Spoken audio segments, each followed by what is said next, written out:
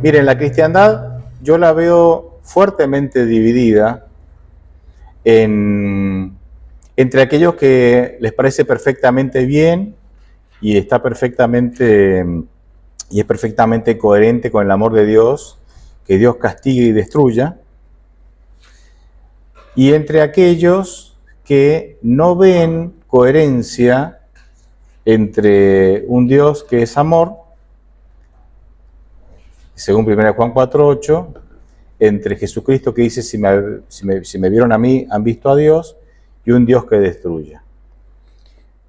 Según mi mirada, según lo poco que sé, lo poco que puedo observar, por lo menos en los ámbitos donde me muevo, yo noto que la mayoría de los cristianos les parece muy coherente la idea de que Dios, que es amor, destruya. No tienen problema y hasta le parece bien. Si me permite, entonces yo les voy a dar un breve resumen de lo que yo creo que es la ira de Dios.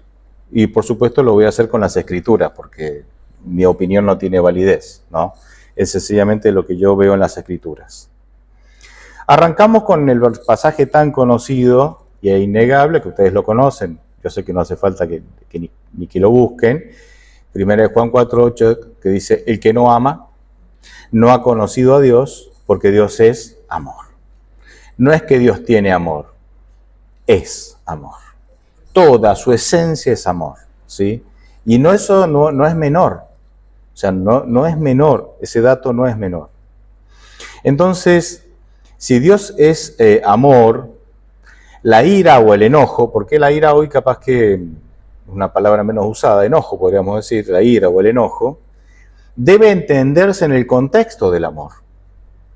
Si Dios es amor, la ira o el enojo de Dios debe entenderse dentro del contexto del amor.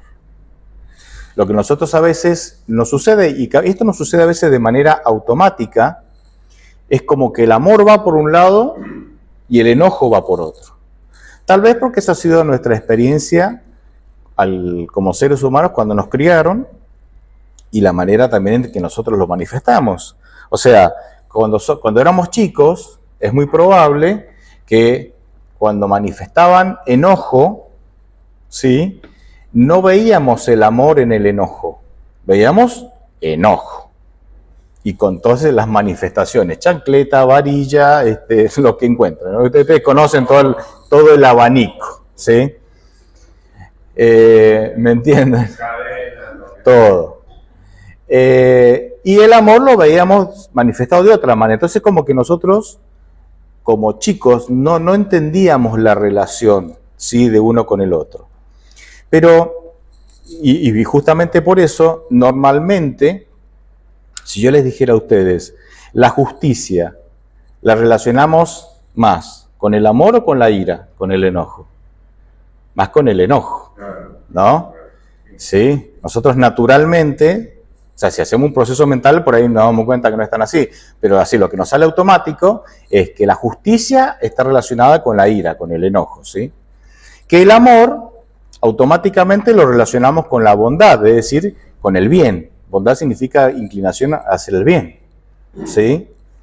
Y por ejemplo, la amabilidad automáticamente la podemos llegar a relacionar con la paciencia, ¿sí? Nosotros, digamos, en nuestras estructuras mentales, por la manera en que nos criaron, por la cultura, es como que automáticamente relacionamos ciertos conceptos con otros, ¿sí? Pero fíjense que esto no necesariamente es así. A veces puede ser un mito. Incluso, nosotros vemos la ira y el castigo, digamos dentro de la Biblia, pero también en lo social, como una emoción negativa. Y entonces algunos dicen, pero ¿cómo? Dios tiene emociones negativas. Y la realidad es que tal vez no haya emociones negativas, haya emociones que uno a veces las relaciona con situaciones negativas o no. Porque, por ejemplo, todos posiblemente, si yo dijera el miedo, es una emoción negativa o positiva, la mayoría posiblemente va a pensar que es negativa. ¿Quién le gusta tener miedo o vivir con miedo? ¿Me entienden? Pero si vos te vas a Parque de la Costa, a una montaña rusa, no sé si alguna vez te subiste, ¿por qué te divertís? Porque tenés miedo, ¿o no? Llega ahí, ¡ah! O sea, ¿qué hay? Es miedo, pero el miedo te divierte. Vos decís, ¡ay, qué bien que la pasé! Y hubo miedo ahí. Entonces, ¿es negativa? Y no sé, ¿entienden? No necesariamente es negativa, ¿no? O por ejemplo, si vos ves que están abusando de un menor, o de quien sea, pero pues supongamos un menor, ¿qué sentís? Enojo, ira. ¿Y que está mal sentir eso? No, porque es la ira y el enojo lo que te va a movilizar a actuar, ¿verdad? En favor del abusado. Y eso me pasó a mí. Entonces, ¿la ira a veces es negativa? Y bueno, no necesariamente es negativa, ¿no? O el sentirse triste porque hay una injusticia. Ahí te doy. El sentirse triste porque hay una injusticia, está bien. ¿O que te vas a alegrar ante la injusticia? Está bien que te sientas triste, porque esa tristeza ante la injusticia te moviliza, ¿para qué? Para que vos hagas algo en contra de esa injusticia. Bueno, cerrando la idea, entonces la ira o el enojo de Dios perfectamente puede estar relacionada con su amor.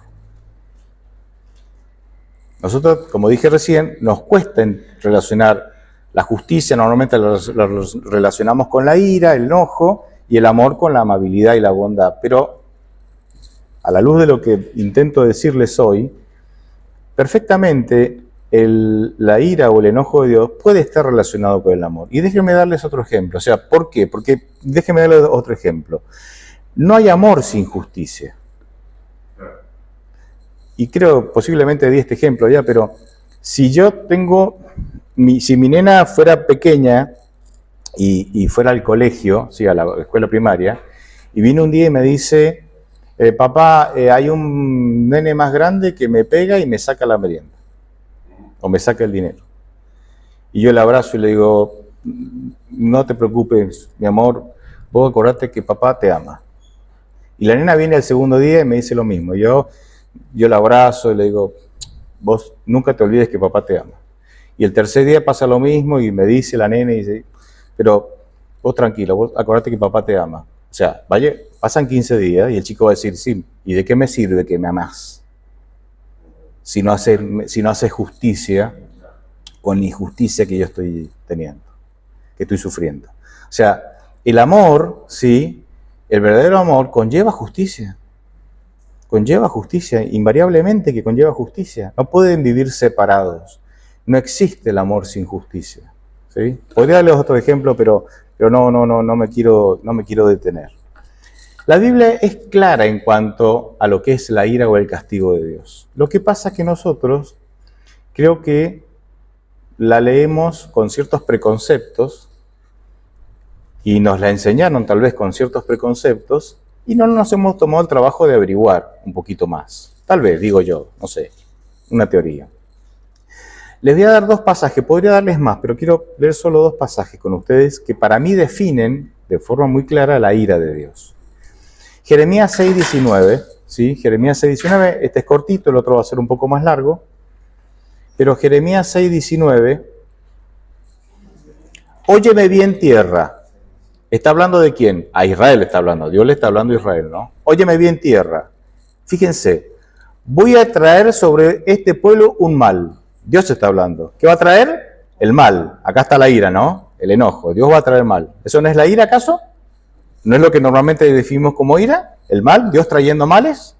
Dice, voy a traer sobre este pueblo un mal, que es producto de sus pensamientos, pues no quisieron obedecer mis palabras y aborrecieron mi enseñanza. ¿Cuál es, cómo se genera la ira de Dios? ¿Cómo se genera el mal que Dios le va a traer al pueblo? A través del orden. No, fíjense, dice, voy a traer sobre este pueblo un mal que es producto de sus pensamientos. No sé cómo dicen las versiones de ustedes. Que es el fruto, dice esa versión, de sus pensamientos. O sea, el mal que Dios dice que va a traer es que el pueblo coseche el fruto, las consecuencias, el producto de sus malos pensamientos. Y sigue aclarando, dice, pues no quisieron obedecer mis palabras y aborrecieron mi enseñanza. Entonces, ¿es Dios enviando males o es Dios dejándote que vos coseches las consecuencias de tus malas decisiones por seguir tus malos pensamientos? ¿Se dan cuenta? Son dos cosas muy diferentes. Acá la ira de Dios, el mal que Dios dice que va a traerle al pueblo, es sencillamente dejar que cosechen las consecuencias de sus malos pensamientos, porque han elegido sus malos pensamientos en lugar de obedecer la palabra de Dios y las enseñanzas de Dios. Claro, esto cambia el panorama. Ya no es Dios mandando rayos, sino es Dios sencillamente dejándome de proteger para que yo coseche las consecuencias de mis malas decisiones. Porque yo le he rechazado tanto, que Dios finalmente dice, bueno, está bien, yo te respeto tu libertad, o sea, te he dado libertad, yo respeto tus decisiones. ¿Te querés mover solito sin mí? Tomá. O sea, pero va a haber consecuencias y la vas a pasar mal. Hay otro pasaje, Romanos 1, este es un poquito más largo. Para no leer tanto, voy a leer del 18 al 26 y después el 28, que explica mejor todavía lo que es la ira de Dios. Empieza con el 18, dice, la ira de Dios se revela desde el cielo contra toda impiedad y maldad de quienes injustamente retienen la verdad. Para ellos, lo que de Dios se puede conocer es evidente, pues Dios se lo reveló. Porque lo invisible de Dios, es decir, su eterno poder y su naturaleza divina, se hacen claramente visibles desde la creación del mundo y pueden comprenderse por medio de las cosas hechas, de modo que no tienen excusa. O sea, hasta acá el pasaje dice que la ira de Dios se revela en aquellos que hacen la maldad, ¿sí? Aquí Dios dice contra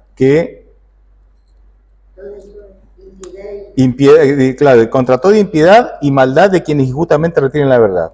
Dicen que estas personas conocen a Dios, porque dice, aunque no lo conozcan directamente porque tienen una relación con Él o tienen la Biblia como revelación, conocen a Dios porque la creación nos indica de que este mundo está gobernado ¿por quién? Por un Dios creador. Por eso dice termina el versículo 20 diciendo, por lo que no tienen excusa. Sigue diciendo, versículo 21. Pues a pesar de haber conocido a Dios, no lo glorificaron como a Dios, ni le dieron gracias, sino que se envanecieron en sus razonamientos y su necio corazón se llenó de oscuridad. Aunque afirmaban que eran sabios, se hicieron necios y cambiaron la gloria de Dios inmortal por imágenes de hombres mortales, de aves, de cuadrúpedos, de reptiles. Está hablando de los ídolos, ¿verdad? Fíjense el 24, acá es el punto clave. Por eso Dios los entregó a los malos deseos de su corazón y a la impureza, de modo que se degradaron entre sí sus propios cuerpos. Cambiaron la verdad de Dios por la mentira y honraron y dieron culto a las criaturas antes del Creador, el cual es bendito por los siglos de los siglos. Entonces fíjense, yo uno el 18 con el 24, dice, la ira de Dios se revela contra toda impiedad y maldad de quienes injustamente retienen la verdad. Y el 24 dice, por eso Dios los entregó a los deseos los malos deseos de su corazón. Entonces, ¿cómo se revela la ira de Dios en el versículo 18? Entregándolos a los malos deseos de su corazón. Interesante. Acá no dice que la ira de Dios se revela Dios mandando castigos. Dice que la ira de Dios se revela entregándolos a los malos deseos de su... Y porque Dios los entrega, ¿qué quiere decir Dios los entrega? Dios finalmente los deja de proteger porque ellos lo han rechazado, eso viene diciendo el texto con toda claridad, entonces ellos van tras los deseos de su mal corazón y por eso dice que se han vuelto idólatras, dice que ahora han cambiado la sexualidad, el modelo de sexualidad que Dios propone. Es más, si vas al 28, porque este mensaje es largo, pero si vas al 28, dice, por eso Dios los entregó. 26. El 26, dice el 26, vuelve a decir en el 26, por esto Dios los entregó a pasiones vergonzosas. Y después viene el 26 una lista de pecados. Entonces la ira de Dios se revela entre aquellos que dicen conocerlo, pero que se niegan a seguirlo, siguen sus pasiones, sus malos pensamientos, sus malas inclinaciones, y entonces, ¿cómo se revela la ira de Dios? Dejando que cosechen las consecuencias de sus malas decisiones por haber rechazado a Dios. Esa es la ira de Dios. Si Dios, según esto, no es el que destruye, porque acá vemos que la ira de Dios se revela dejando que nosotros cosechemos las consecuencias de nuestras malas decisiones porque hemos despreciado sus consejos, ¿quién destruye? ¿Quién destruye? Y entonces, otro día lo vemos, pero para que no dejarlos así con la intriga, cuando Josafat se junta con Acab, porque se habían emparentado, porque sus hijos se habían casado, ¿sí? Llaman al profeta Micaías. O sea, todos los profetas le decían a Acab, sí, ve a la guerra porque tú los vencerás. Pero Josafat, que no era pavo, ¿sí? Dijo, se dio cuenta que todos estos profetas eran pagados, eran sostenidos por el rey. Entonces, ¿qué le decían al rey? Lo que el rey quería escuchar, ¿sí? Entonces, ¿qué pasa? Josafat dice, ¿no tienes otro profeta? Y Acab contesta, tengo uno, Micaías, que lo tengo en la cárcel, porque siempre me profetiza mal. Claro, este que era profeta de Jehová, ¿sí? Le profetizaba las cosas que él no quería escuchar, ¿sí? Que él no quería escuchar. Y entonces lo tenía en la cárcel. Y los otros, que eran profetas pagados, le endulzaban el oído para que escuchar lo que quisieran, ¿no? Fíjense el versículo en 2 de Crónicas 18. 2 de Crónicas 18. Aquí el profeta llega, ¿sí? Llega, y entonces le dice, ¿tenemos que ir a la guerra? Y entonces le dice, sí, anda a la guerra que vas a ganar. Pero parece que se lo dice de manera despectiva, como diciendo, ¿querés escuchar eso? Sí, tomá, te lo digo. Y entonces el rey dice, pero te he dicho que me digas la verdad. ¿Cuántas veces te lo tengo que decir? Y fíjense el versículo 18, el profeta ve lo que está pasando en el cielo, en este asunto de qué hacer con Acab, o qué hacer con esta situación, dice. Entonces él dijo, Micaías, el profeta y Micaías, oíd pues palabra de Jehová. Yo he visto a Jehová sentado en su trono, y todo el ejército de los cielos estaba en su mano derecha y a su izquierda. Y Jehová preguntó, ¿quién inducirá a Acab, rey de Israel, para que suba y caiga en Ramot de Galaad? Y uno decía así, y otro decía de otra manera. Entonces salió un espíritu que se puso delante de Jehová y dijo, yo lo induciré. Y Jehová dijo, ¿de qué modo? Y el espíritu dijo, saldré y seré espíritu de mentira en la boca de todos sus profetas. Y Jehová dijo, tú le inducirás y lo lograrás. Anda y hazlo así. Pregunta. ¿Qué espíritu que está en la presencia de Dios va a inducir a que la gente mienta para engañar a Acab y Acab muera? Ángeles, espíritus ministradores, dice Hebreos, que los ángeles son espíritus ministradores. ¿Qué ángel que está en la presencia de Dios va a mentirle, va a poner mentiras en los profetas falsos de Acab, para que Acab crea esa mentira y muera en la pelea que tienen que enfrentar unos días después? Segunda pregunta, ¿los ángeles de Dios mienten? No, el ángel de Satanás fue. ¿Quién es ese ángel entonces? El ángel de Satanás. Es Satanás. Y ustedes dicen, ¿pero qué hace Satanás en un concilio? Porque dice que Dios estaba con todo su ejército a la derecha y a la izquierda, estaba en un concilio. Es una imagen de concilio. Y Dios, fíjense cómo administra justicia. Le dice al concilio, chicos, ¿qué hacemos? Hemos tenido misericordia con Acab años y décadas, ¿sí? ¿Y ahora? ¿Qué hacemos con Acab? Que ya se ha negado, Romanos 1, que leímos recién, sabe que yo existo, pero que igual hace lo que él quiere. Él igual ignora mis palabras, mis consejos y mis leyes. ¿Qué hacemos? Y el concilio dice el texto que algunos decían una cosa, otra. ¿Qué estaba haciendo el concilio? Deliberando qué hacer, debatiendo qué hacer. Porque sabía que Acab ya había terminado su tiempo de gracia. Dios le había tenido misericordia, pero ahora Dios va a ejecutar la ira de Dios sobre Acab. ¿Qué es la ira de Dios? Dejar que coseche las consecuencias de sus malas decisiones porque conoce a Dios, pero lo rechaza. Acá se va a ejecutar la ira de Dios sobre Acab. Y entonces Dios dice, ¿cómo? Induciendo mentira. ¿Quién? Yo. Vos sí que lo vas a hacer, andá. ¿Por qué Dios le dice, vos sí que lo vas a hacer? Porque era Satanás. Porque ¿quién es el padre de la mentira según Jesucristo? Satanás. ¿Y qué hacía Satanás en el concilio de ángeles en el cielo? ¿Acaso en Job no vemos que Satanás se presenta ante Dios al concilio? ¿Y si de dónde viene? De recorrer la tierra y rodearla. O sea, ¿me entienden? Entonces cuando yo les pregunto a ustedes, sabemos que la ira de Dios es, yo cosecho las consecuencias de mis malas decisiones porque rechacé a Dios. Pero ¿quién ejecuta la ira de Dios? Satanás. Y no Dios. La ira de Dios la ejecuta Satanás. ¿Cuándo la ejecuta? Cuando vos, por rechazar a Dios, quedás desprotegido de Dios y entonces Satanás viene ahora. Ahora, ¿cuál es el chiste acá? Que no es ningún chiste. Que Satanás ejecuta la ira de Dios, que la ira de Dios la recibís vos por tus malas decisiones, ¿sí? Pero a Satanás le echa la culpa ¿a quién? A Dios. Esto te pasa porque Dios te castigó. Y resulta ser que te está pasando porque tomaste malas decisiones, porque rechazaste los consejos de Dios, no quisiste perdonar, no quisiste, no sé, ¿me entendés, no?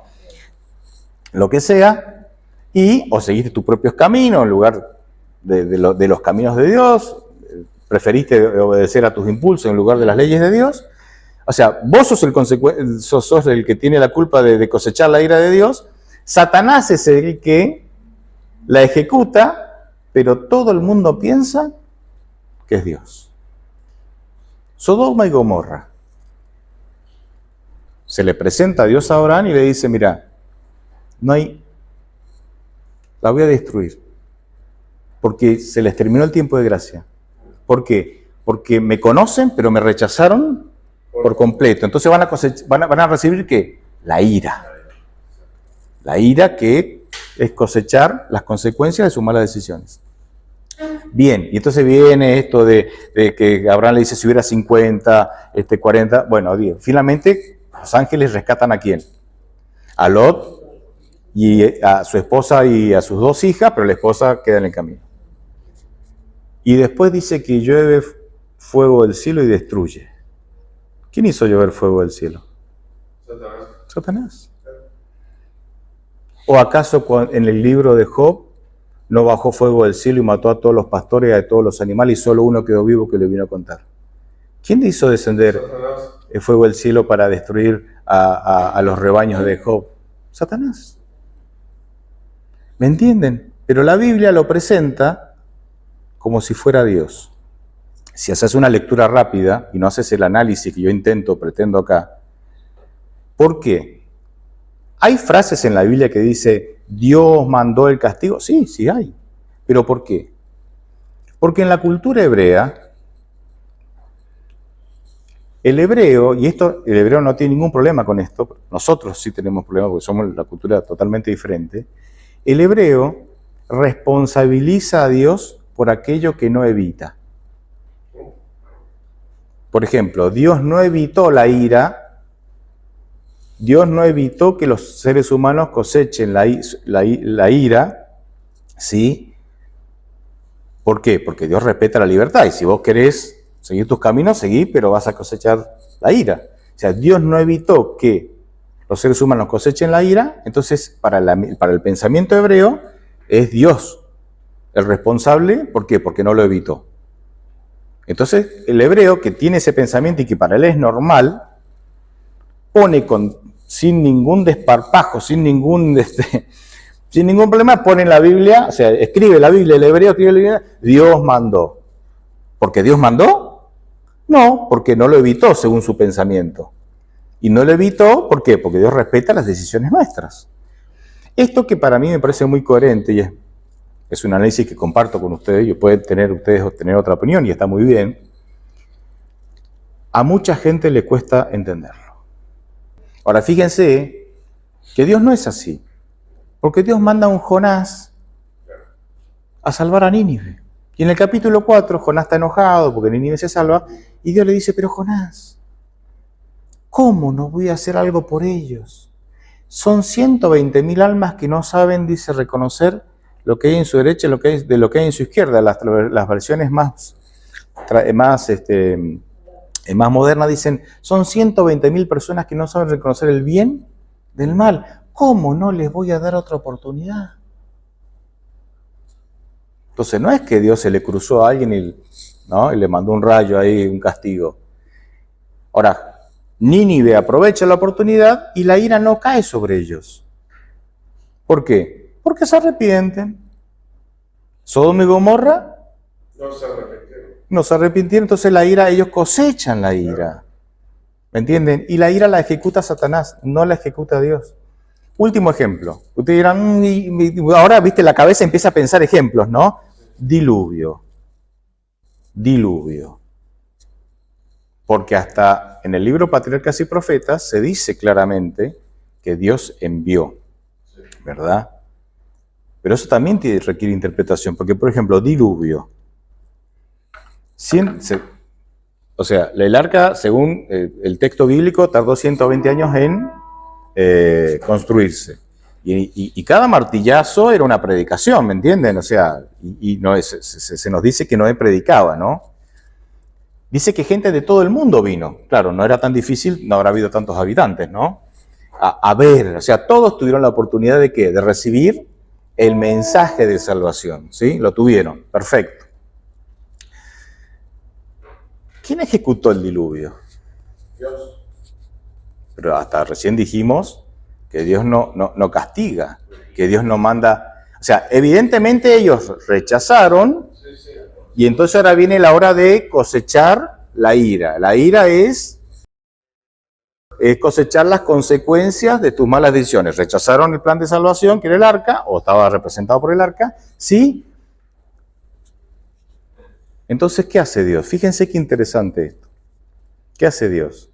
Cuando ustedes leen Patriarca y Profeta, dice que Satanás tuvo miedo de morir.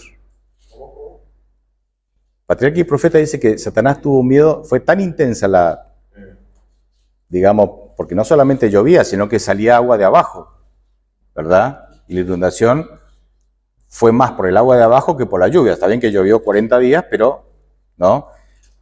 Entonces dice que fue tan violento todo, que el arca resistió porque los ángeles la cuidaron y que hasta Satanás mismo temió por su vida.